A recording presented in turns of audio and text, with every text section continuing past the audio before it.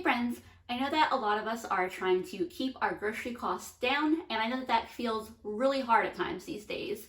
But one of the things that we can do to try to decrease our grocery spending is look at our food waste, the things that maybe we traditionally would have just thrown in the trash. Maybe we don't realize that there are ingredients that can be used, or we don't know how to use them. So I'm going to show you a few things that I use in my kitchen that maybe you would have just thrown in the trash in the past, and encourage you to try them out. So I've made 2 pork shoulders in the last few days. It's 16 pounds of pork. They were on sale for 97 cents a pound, and when my mom went to pick one up for me, there only was this gigantic one, and that was the only one they had, and it was like 16 pounds. She brought it home, and it actually was 2 of them in one package, which was nice. I made one of them for New Year's. My friends absolutely demolished it. We had enough for lunch the next night, and that was it. And then I made the other half last night for dinner. So we're having carnitas tonight with some of the leftovers, but what I have in these jars here, it's basically all the liquid that was left in my pressure cooker insert when the pork was done. And you can see that the fat floated to the top as it cooled. So it's all very conveniently separated, and a lot of people would just dump the liquid and fat. I find so much value in these as ingredients. The fat to use for cooking as cooking oil, and then the rest of this is a really delicious flavorful broth. So I'm going to show you a couple different ways that I use this stuff. So I'm gonna get some rice started. I switched to a voiceover because Andrew was on a call, but for the rice, I'm just adding a Szechuan seasoning packet, followed by a can of diced tomatoes that I got marked down. Always love that. Then I added garlic powder, some black pepper, and some crushed red pepper flakes. I added a spoonful of the pork fat to my rice, followed by a couple robust spoonfuls of the broth. Then 2 cups of water before giving everything a quick stir. And then lastly, the most important step, remembering to plug the rice cooker in and actually turn it on. Next, I made some refried beans by heating up some of my pork fat in a pan and adding pinto beans in. I seasoned the beans with garlic powder, black pepper, salt, and cayenne powder. I gave everything a quick stir before mashing my beans up. If you want really smooth refried beans, you could use an immersion blender, but I like having some texture in mine. Next, I added a couple spoonfuls of my pork broth for some of that really delicious flavor, and I think it makes them creamier. Followed by some Worcestershire sauce and some of my homemade hot sauce. One more stir, and then it just simmers until it's the thickness I like. And I also had to make some homemade corn tortillas, of course. I've also got some of my pork fat in this pan. We're just about ready to eat. My tortillas are done, refried beans are done. I just took my meat out of the oven. It's all crispy now, and then I'm just waiting to finish up on the onions and peppers. The peppers were a bunch of those like little mini bell peppers. I got a big bag of them for $1.25, and they very much needed to get used up ASAP. So this is the perfect thing to put them in, because when I stopped at the store earlier, all the peppers were teeny tiny and more than I wanted to pay for. All right, let's see what this rice looks like. Give everything a stir. That is good. And there's my completed dish. If it doesn't seem like I got a lot of refried beans or rice, it's because I snack while I cook. So honestly, I am not even that hungry for this now. I'm still gonna eat it though. Andrew is about to make us some lunch with this broth that's left. And I did mention that I like to use this fat for all kinds of cooking stuff, because butter and oil can be really expensive. So this is a great way to save money here and there. It's really similar to using bacon grease, but it's a lot more mild flavored than bacon grease. There are definitely things that bacon grease is my go-to because I want that bacon flavor in it, but For everything else, I'll use this pork fat because there just really isn't a heavy pork taste associated with it. And what I'm doing now is I'm just taking the fat out and putting it in a bag. I'm gonna put this in the freezer for long-term storage. I assume it's similar to bacon grease. I could technically find a way to safely store this just like on the counter or in the fridge or whatever. But because I do have a lot of broth kind of still attached to it, I just like to put it in the freezer to play it safe, and I have the room, and why not? So I just kind of flatten it out as much as I can and then close it. This is actually a lot more than I usually end up with since I've made 2 things of pork this week. Usually it's a little flatter, and it makes it real easy to break the fat off in the freezer because it doesn't get super hard. So these are most of the ingredients that Andrew is probably going to use to make our ramen lunch. Now, we're not claiming this is an authentic ramen recipe. Legit ramen recipes, the broth is serious business, and we're just going to be using the pork broth. So this is the most similar to like a tonkatsu ramen. Andrew cooks a lot like I do, by the way, where he doesn't really go by like a solid recipe. He kind of just adds ingredients until he gets what he wants out of it. So we've got a couple different types of sesame oil. This one's almost out, and I just got this hot sesame oil, soy sauce, Worcestershire, some fish sauce, and some oyster sauce. Most of these are things that we buy once and they last us a really long time. Gochujang, which is one of my favorite ingredients. Some spaghetti, because that's just what we have. We don't have any actual legit ramen noodles right now. And some green onion. And then, of course, we have leftover pork off to the side over here. And cabbage and egg. Apparently, I'm forgetting everything here. Andrew said we're going to use about half this cabbage. It was on sale at Food Lion the other day, and so I paid less than $1 for that whole cabbage. We love cabbage. It's one of those things that I didn't like growing up. But now, like, I love cabbage. And I think it's just because I never had it prepared properly or like in dishes in a way that I enjoyed. And then you're just cutting the cabbage so that way it's in like strips, right? Yeah, more or less strips. It doesn't need to be super fine. It all goes in the pan anyway. It's gonna cook down some. It seems like it's an absolute ton of cabbage, but it cooks down. It wilts down a lot. By the way, I was just saying that I think the core looks either like a bug or some type of like lobster-like creature. Andrew's looking at me like I'm crazy. What do y'all think? Do you see it? We have a little bit of pork fat in the pan, and all the cabbage just gets dumped in. Andrew has it on a medium heat. To help speed up the process, just put a little bit of salt on top. It'll start to draw the moisture out. Yeah, draw the moisture out. It'll wilt down, get smaller. It helps it cook a little bit faster. All right, I'm just gonna leave that for a few minutes. The cabbage takes the longest. That's why we started it first. Andrew likes to heat the broth to slow and slow, so he's gonna get that started on the back burner. Jellykin. But that's how you know you got a really good broth. Like when it gets gelatinous when it's cold. Should talk to Jello about this flavor. I know, right? I'm gonna make the sauce for the pork. Base is soy sauce.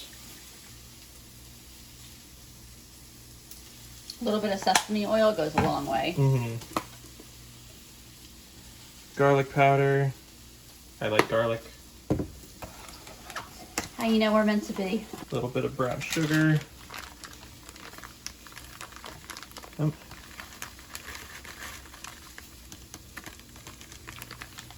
Small portion of some gochujang. Normally I don't get to see Andrew make this sauce or this dish. Everybody's learning. Because usually when Andrew's, making me lunch, he wants to make me lunch. So he has me go, scroll Facebook, play a game, do whatever I want to do, watch TV, and then, kicks me out of the kitchen, and then just suddenly hands me a bowl of delicious food. And I got the sauce, and I have a little cornstarch slurry here to thicken it up once I make sure that sauce has coated the pork entirely. All right, seasoning time for both of them goes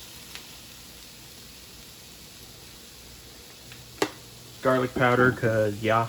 I'll do a little bit of the hot sesame oil for this. And he's got the heat off the cabbage now, by the way. Mm-hmm. And here's the fun part.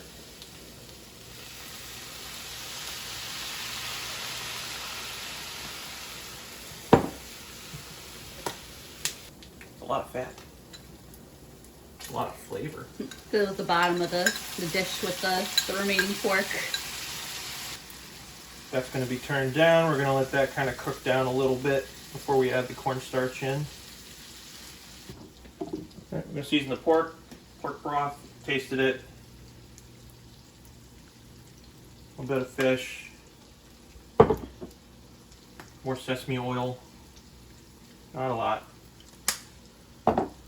Splash Worcestershire. I'm going to turn that down since it's going. My favorite, to make it a little zesty.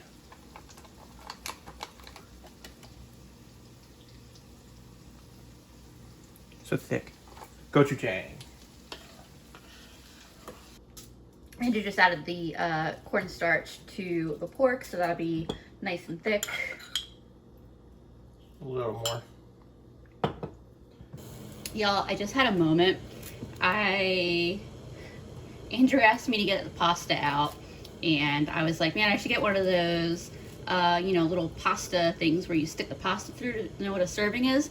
And Andrew goes, you mean like the ones on our slotted pasta spoon? And I'm like, what do you mean? Tell me how I never noticed this. And he's like, it even literally says on it 1 and 2 servings. I feel dumb in this moment. Today I learned. Andrew drained the pasta, and we have a couple eggs in a pot of water. Gonna soft boil them.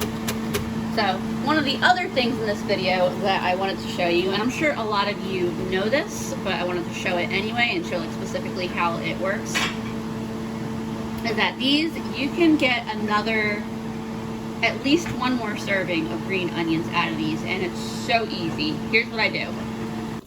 I turn the fan off so y'all can actually hear me, but just a glass of water, take these, put them in. I'm gonna set them up on my windowsill, and that's literally all there is to it. All that there is after that is to wait. You can also bury these in dirt, and they'll also grow like that. So doing them in water, you'll get maybe 1 more use out of them, because they're not pulling up any nutrition really from the water. So if you keep growing them, like you keep cutting them and growing them in water, they're gonna get bland, and they're not gonna have that like awesome green onion flavor that, you know, that's why you're using them. If you do them in dirt, they can pull nutrients from the soil, and so they will keep that flavor. But this just goes on my windowsill, and I will show you what it looks like in a few days. It is assembly time.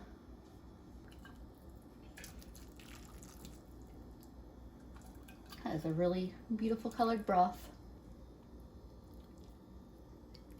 Yeah, bitch. And the pork. Ooh, look at how nice, rich and gooey that is. And then my favorite part is the egg. Wow. Don't lose it. No. Yeah. Fresh pepper on everything. No yolk left behind. That's right. Plenty of green onion. And there's both complete bowls. Look how freaking gorgeous these look. I just want to show y'all real quick, like, just how big these bowls are. Like, dang. This is going to be a very delicious meal. It's good. For dinner tonight, I'm making a butternut squash soup. So I have, of course, the star of the show, the butternut squash. A 2 to 3 pound fruit will do the trick. I also have 1 kind of medium-sized onion.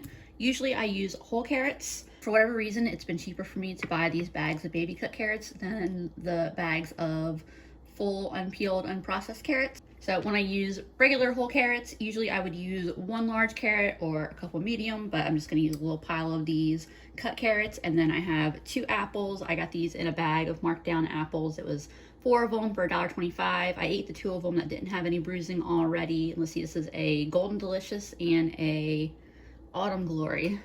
This soup is so easy, which is one of the reasons I love it. I'm just gonna toss the carrots right into my Instant Pot insert. If I wasn't using the ones that were already cut, I just would roughly chop my carrots. I don't worry about peeling my carrots. The apples, I just washed them well. and they're getting cut not into like small chunks. I'm gonna be pureeing this soup, so it really doesn't need to be cubed in any particular way. Cut it into smaller chunks and avoid the seeds. Bruising doesn't matter. This is a great way to use up bruised apples. The onion, just gonna get the end off and the skin off. I'll put these skins away to use in to make broth later.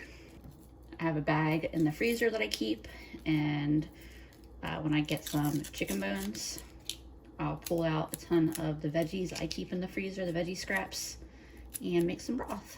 So the onion, I'm just gonna quarter. And then in the past, I have always peeled my butternut squash, but apparently you don't have to do that. All squash skin is edible. Depending on how you're eating it will determine how good it's gonna be, like how much you're going to enjoy having the skin still on. I think since I'm pureeing this, it should be fine. I am gonna chop the ends off. Cut that in half. So I've got the two ends here, the kind of smaller end, and then the bell end. And this is the end that has all the seeds in it. So I'll do this one first because this is the easy side to deal with. Kind of the same thing as the rest of the veggies.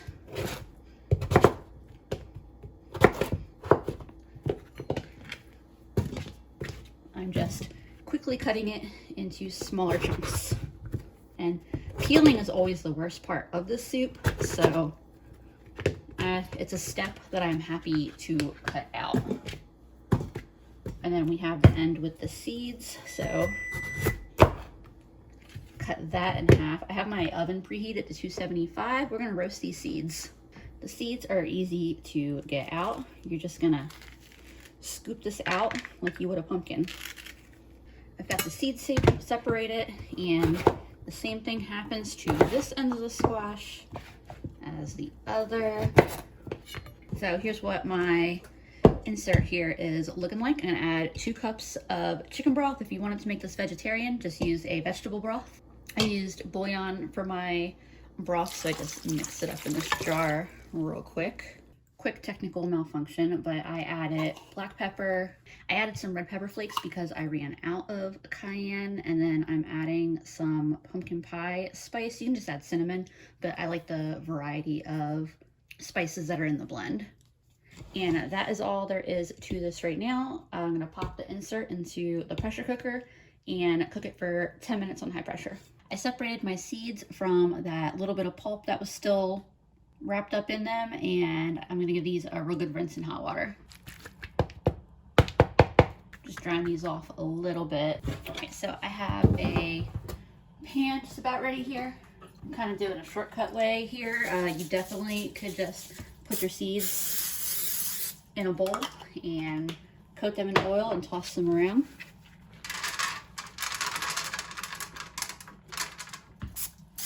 Give them a little coat on the other side. Get a little bit of salt on them, some of that pumpkin pie seasoning. Whoops, that's definitely a little bit more than I intended, just gonna throw that out there. And then, like I said, I'm out of cayenne, so some Nashville hot spice mix I have. Stir everything together on the pan so it's covered in oil and spices. Like I said, I have my oven at 275. I'm gonna put these in for 15 minutes, stir them around, and put them in for another 10 or 15 minutes until they are crispy, fully roasted, ready to eat. This is all cooked. I'm gonna blend it up, and I'll be right back with you to show you what that looks like. Here's my soup all blended. This is a half a cup of half and half that I'm adding. I actually usually prefer heavy cream, but half and half was on sale. This is actually a really good deal I got on this. It was buy one, get one. And with the prices on dairy seeming to vary so much, I'm just going with the flow and making do where I have to. I find that for You know, unless you're actually whipping the cream, most recipes you can get away with just using half and half.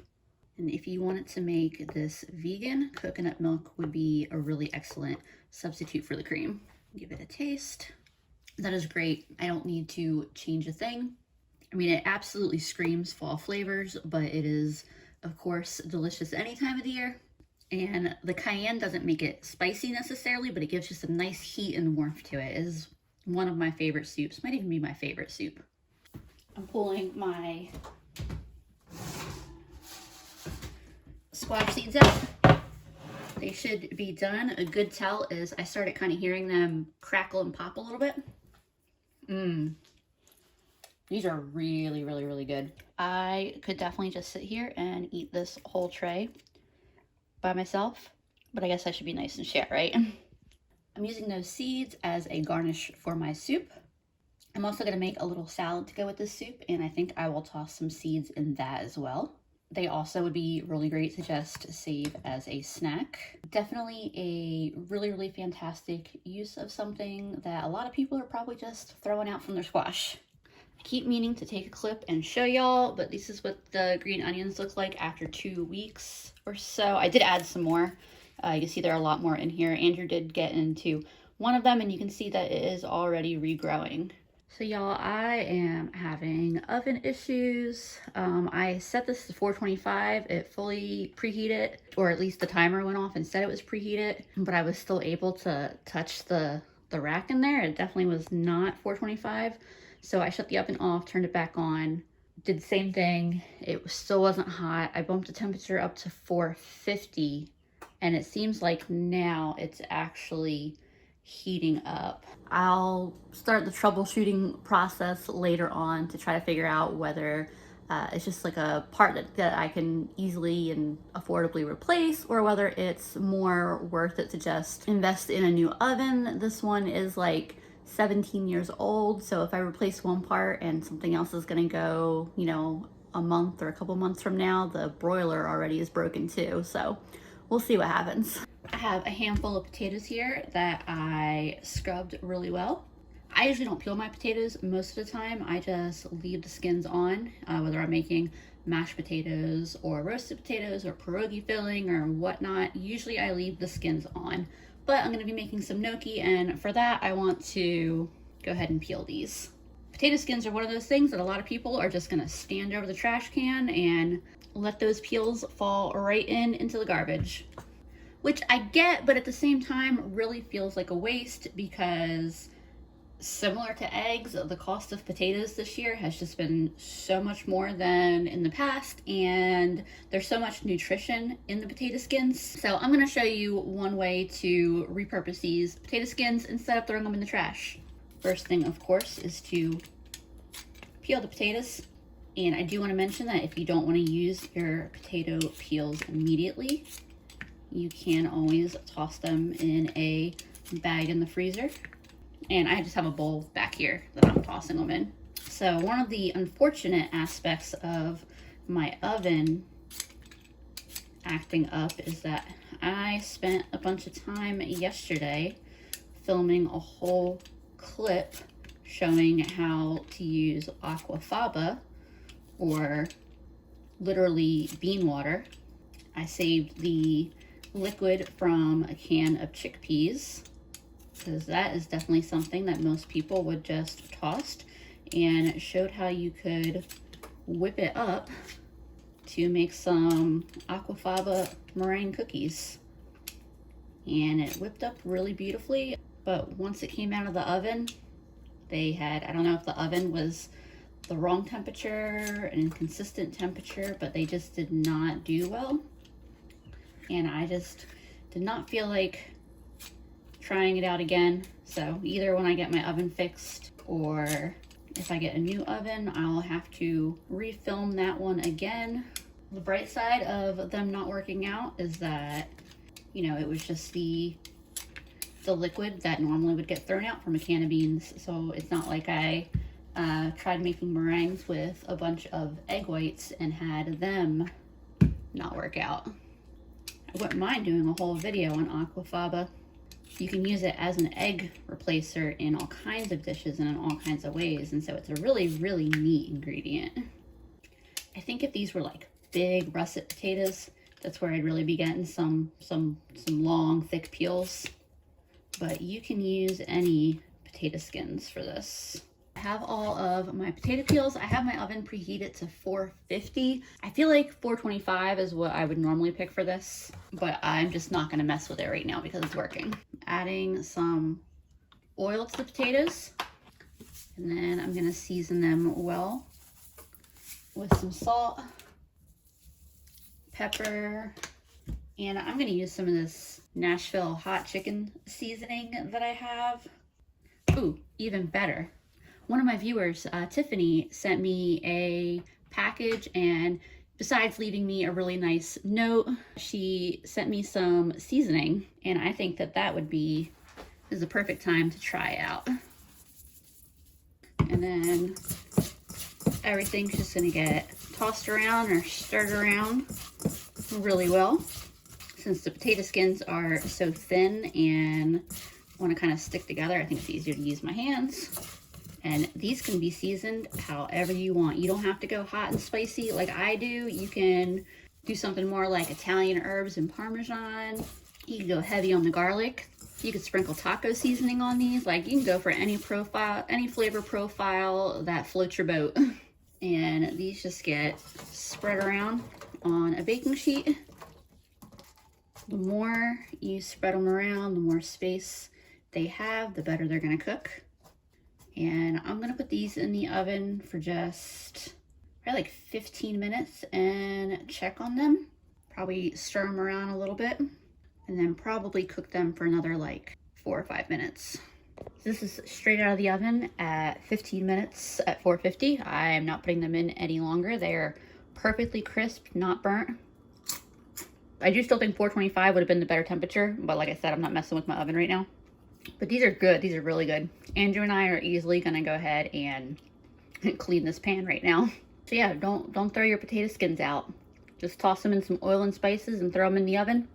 Very good. So friends, have you been doing any of these things? Are there any other grocery scrap hacks that you think I need to know about? I did do one other video on this before, and so if you're interested in watching that one, I will link it right now. As always, I appreciate you all so much, and I will see you next time.